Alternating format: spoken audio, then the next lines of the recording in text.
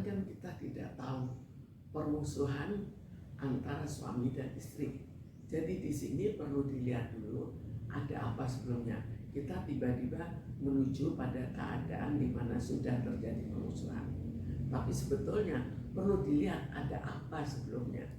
Apakah memang sedemikian beratnya keadaan sehingga memang terjadi permusuhan yang berat, atau sebetulnya seharusnya suaminya juga mengasuh anaknya, atau mungkin saja suaminya mencurigai, itu juga mungkin. Jadi masih banyak kemungkinan atau beberapa kemungkinan yang belum bisa kita analisa dan belum terungkap ada apa kemungkinan kecurigaan dari suaminya.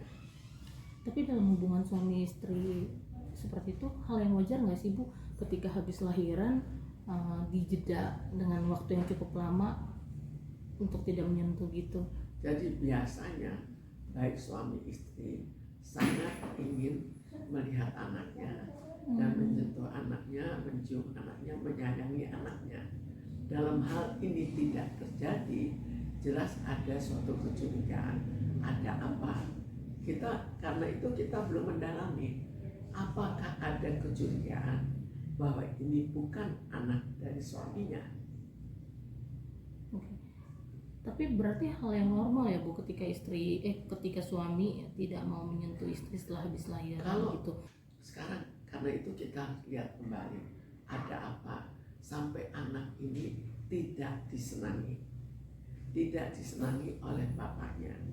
Apakah itu anak orang lain atau bapaknya sudah bertekad tidak mau punya anak? Itu kita kan belum tahu. Bagaimana kita bisa menilai ini normal atau tidak?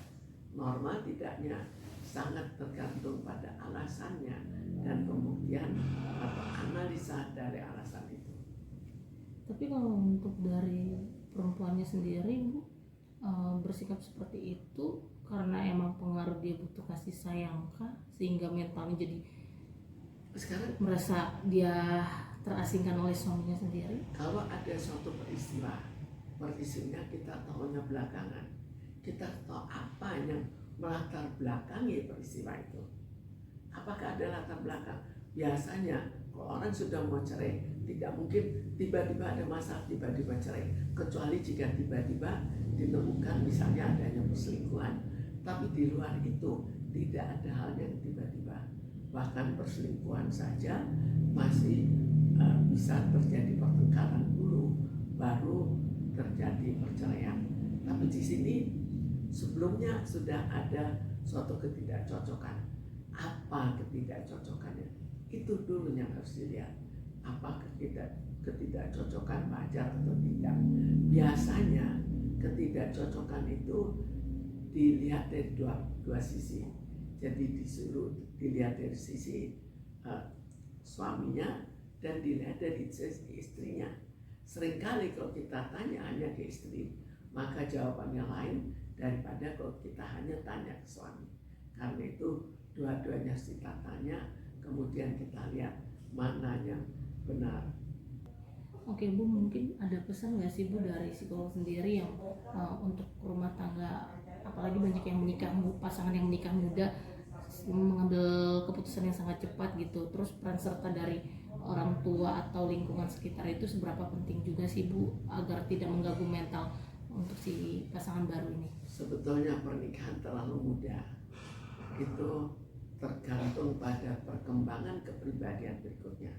Kita tahu bahwa orang masih muda, keinginannya kriteria untuk mempunyai suami adalah kriteria tertentu. Setelah lebih berumur, kriterianya berbeda.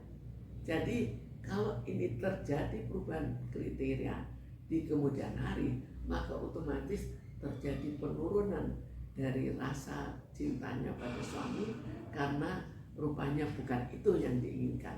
Belum lagi adanya hal-hal di kemudian hari yang menjadi masalah, bahwa misalnya dikiranya akan ikut mengasuh anak, ternyata tidak.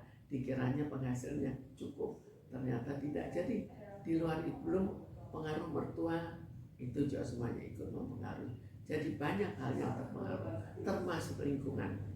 lingkungan masyarakat sekarang mentolerir terjadinya perceraian.